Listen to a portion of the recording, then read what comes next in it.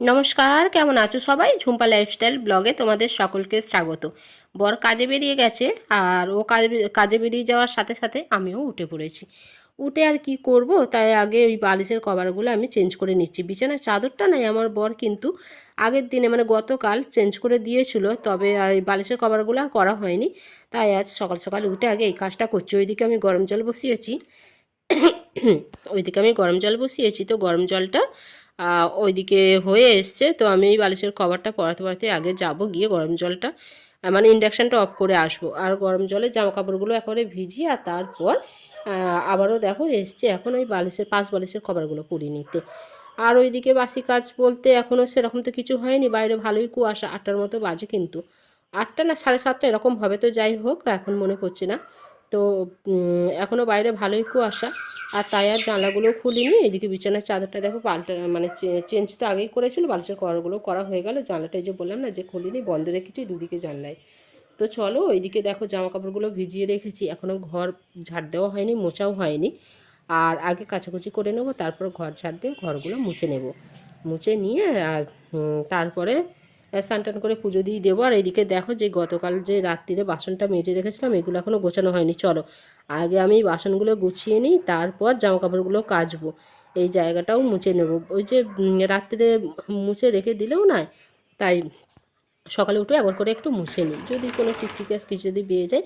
ওইদিকে টাইমটা তোমাদের দেখিয়ে দিলাম। আর এইদিকে দেখো ওই যে বললাম না যে বাইরে ভালোই কুয়াশা, তবে 8টার মতো বাজে, এখনও দেখো বেশ ভালোই কুয়াশা পড়েছে।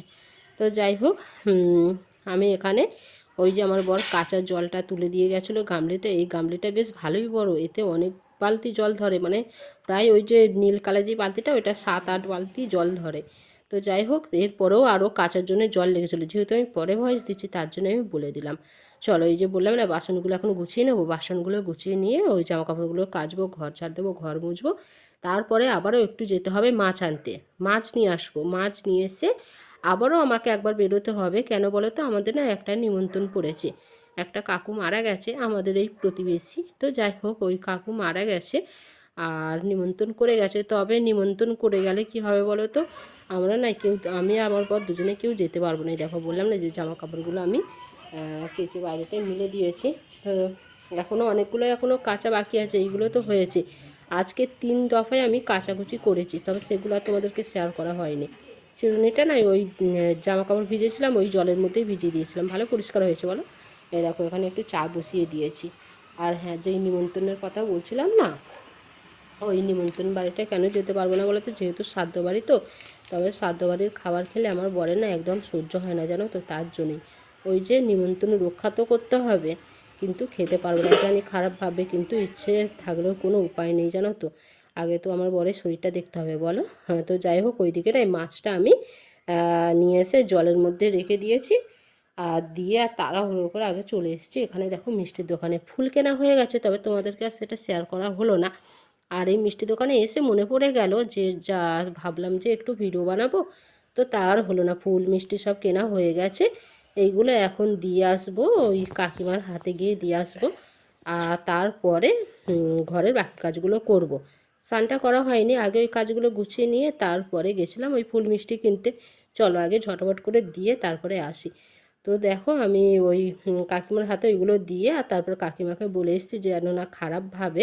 তাই কাকিমাকে বললাম, কাকিমা কিছু মনে করবেন না, আমার বরের তো এই খাবার খেলে খুব শরীরটা খারাপ হয়ে যায়, তাই সুস্থ শরীর আবার যদি কিছু হয়, তাই আমি ভয়েতে ওকে নিয়ে আসতে পারবো না, তো কিছু মনে করবে না। তো কাকিমা বলে, না না কিছু মনে করিনি, তবে তুমি পারলে এসে তুমি খেয়ে যেও।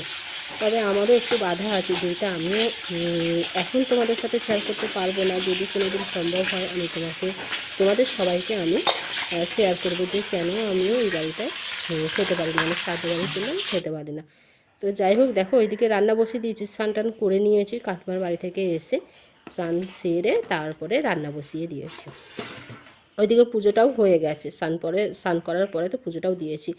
যাই হোক, রান্নাবান্না সব হয়ে গেছে, আমার বর আসলে আবার খাওয়া দাওয়া করবো। আর খাওয়া দাওয়ার ভিডিওটা নিলাম না।